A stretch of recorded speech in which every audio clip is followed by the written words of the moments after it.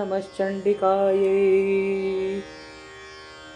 पौराणिक आख्यान है कि वाणासुर ने घोर तपस्या करके भगवान शंकर को प्रसन्न कर अमरत्व का वर मांगा।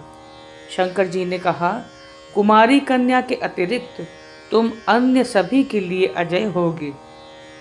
भगवान शिव से इस प्रकार का वर प्राप्त कर वाणासुर घोर उत्पाती बन गया। देवताओं पर भी उसने विजय प्राप्त कर ली। इतना ही नहीं, देवलोक में उसने त्राही त्राही मचा दी। तब भगवान विष्णु के परामर्श से देवताओं ने एक भव्य महायज्ञ का आयोजन किया। देवताओं के द्वारा किए गए यज्ञ की चिदग्नि से माता दुर्गा अपने एक अंश से कन्या रूप में प्रकट हुई। देवी ने पति रूप में शंकर को पाने के लिए दक्षिण समुद्र तट पर कठोर तप किया। तपस्या से प्रसन्न होकर भगवान आशुतोष ने उनका पाणी ग्रहण करना स्वीकारा। देवताओं को चिंता हुई कि इनके पाणी ग्रहण होने पर तो वाणासुर का वध न हो सकेगा।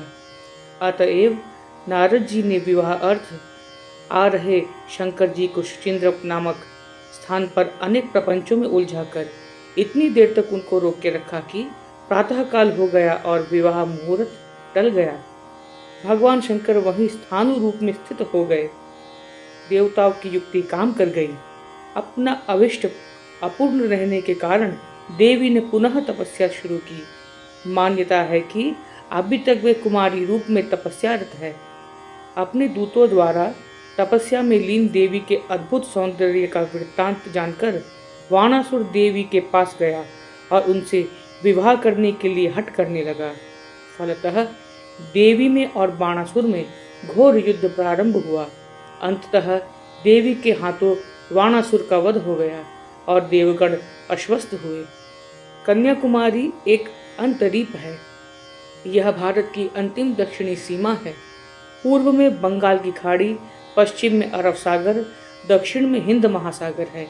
तीनों समुद्रों का संगम होने से यह स्थान तीर्थ बन गया। इसकी महिमा का वर्णन करते हुए महाभारत में कहा गया है कि समुद्र तट पर स्थित कन्या तीर्थ कन्याकुमारी में जाकर स्नान करने से मनुष्य सभी पापों से मुक्त हो जाता है। ततस्तीरे समुद्रस्य कन्या तीर्थ मुपस्पृशेत तत्रोपस्पृश्य राजेंद्र सर्व पापेष प्रमुच्यते। यहाँ बंगाल की खाड़ी के समुद्र में सावित्री, गायत्री, सरस्वती, कन्या, विनायक आदि तीर्थ है। देवी के मंदिर के दक्षिण में मातृतीर्थ, पितृतीर्थ और भीमा तीर्थ है। पश्चिम में थोड़ी दूर पर स्थाणु तीर्थ है। कहा जाता है कि शुचिंद्रम शिवलिंग पर चढ़ाया जल भूमि के भीतर से जाकर यहाँ समुद्र में मिलता है। कन्याकुमारी मंदिर समुद्र तट पर स्थित है। वहाँ स्नान घाट भी है। घाट पर गणेश जी का मंदिर है। स्नान कर गणेश जी के दर्शन करने के उपरांत ही लोग कन्याकुमारी के दर्शन के लिए मंदिर में जाते हैं। कई द्वारों के भीतर जाने पर कन्याकुमारी देवी के दर्शन होते हैं। देवी की प्रतिमा भावोत्पादक एवं भव्य है। देवी के एक हाथ में माला है।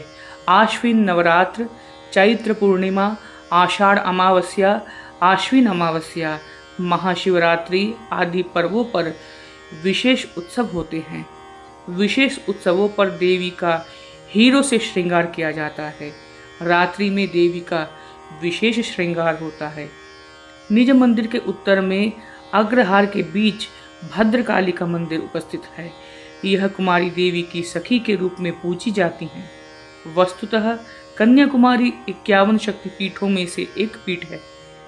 यहाँ देवी सती का पृष्ठभाग मतांतर से ऊर्ध्वद्वंत गिरा था। यहाँ की देवी नारायणी तथा भैरव स्थानु मतांतर से संहार भैरव है। मंदिर में और भी अनेक देव विग्रह है। मंदिर से थोड़ी दूरी पर पाप विनाशनम पुष्करिणी है। यहाँ समुद्र तट पर ही एक बावली है जिसका जल मीठा है। यात्री इस बावली के जल से भी स्नान करते हैं। इसे मंडूक तीर्थ कहते हैं। यहाँ समुद्र तट पर लाल तथा काली बारीक रेत मिलती है और श्वेत मोटी रेत भी मिलती है जिसके दाने चावल सरीखे लगते हैं। समुद्र में शंख, सीपी आदि बहुतायत में पाए जाते हैं।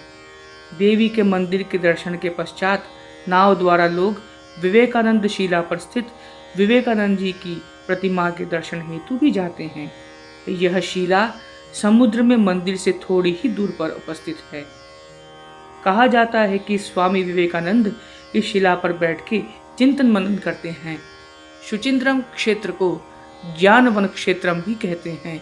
महर्षि गौतम के शाप से इंद्र को यहीं मुक्ति प्राप्त हुई थी और वे शुचि अर्थात पवित्र हो गए, इसलिए इस स्थान का नाम शुचिंद्रम पड़ा। ओम नमः चंडिकायै।